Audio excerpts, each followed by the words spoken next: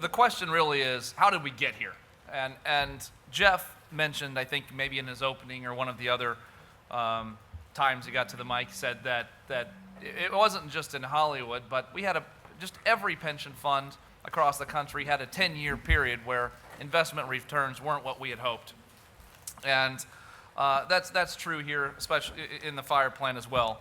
But what I tried to do, and I'll admit that I was a little lazy, I only went back to 2002. I could have spent even more time trying to research going all the way back, but I wanted to give you a flavor of kind of what's gone on since 2002. In 2002, and this is the upper left column, the unfunded liability for the fire plan was $40 million, okay, 40.2. And what this chart attempts to do is to kind of say, how do we get from 40 million to 144 million? Okay, that may be the genesis of the original question.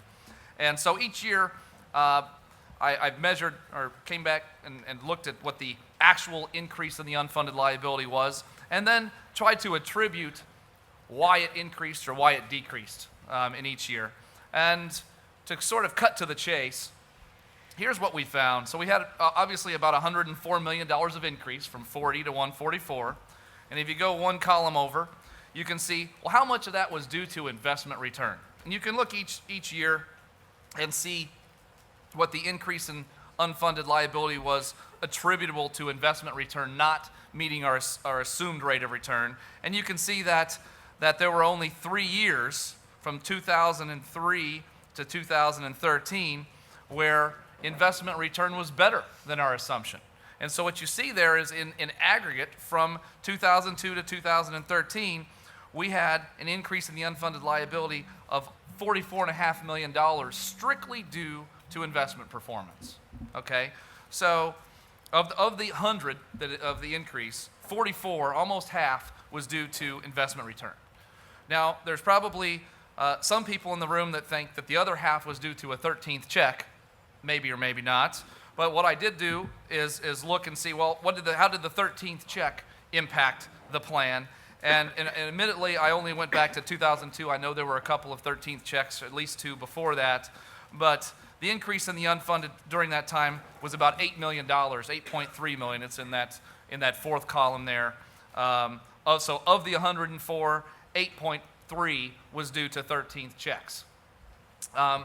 Then you'll see the next column there says from assumption changes, okay? And we'll talk about that in just a second. You'll notice that most of those assumption changes were towards the end. But if you look in aggregate, 44 million was due to investment return. 39 million, the far right column, it says from other. And that might be just say, when I say from other, that means that I was a little lazy. But what it really means is that there were other things that happened in the plan that caused losses of $39.5 million. And maybe I don't know what the exact split is. I did notice that in most of these years where the from other amounts were large, it had to do with salary increases relative to what we're assuming. For instance, 2003, the average salary increase was 6.63% versus the 5% we were assuming. Well, that causes a loss in that first column, or first row, 1.6 million. Same thing in 2004, from other, $6.4 million loss, 9.93% salary increases versus the 5% we were assuming. I'm not saying that these salary increases weren't justified. I'm not saying that they weren't deserved. I'm just saying that from a pension plan standpoint, just looking compared to the assumptions, this is what happened, and this is what caused the loss.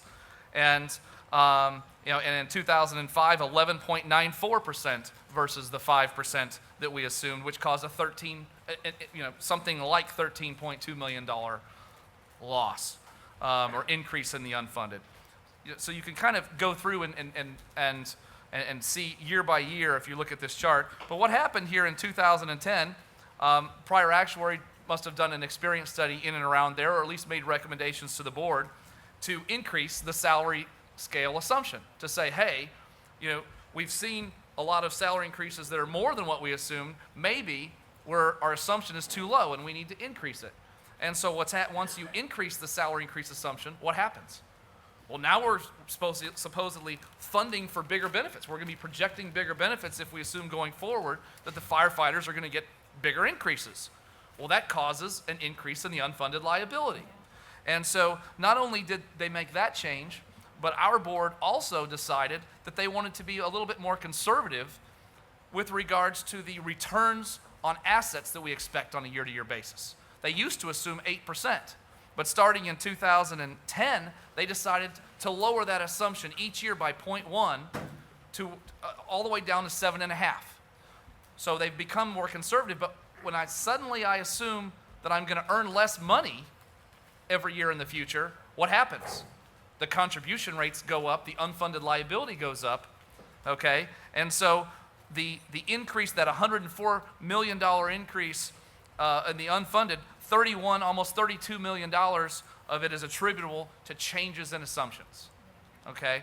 So to summarize, of the $104 million increase from 02 to 13, 44.5 was due to investment returns, 8.3 due to 13th checks, 31.9 was due to assumption changes. We had a reduction in the unfunded of about $20 million due to net benefit changes. As you know, in 2011, benefits were cut, okay? And then the from other category, which isn't just salaries, it also can mean turnover and retirements and that sort of thing. That was about $39.5 million. So that's sort of it's not a going back to the beginning of time reconciliation, but it gives you an idea since 2002 what's happened.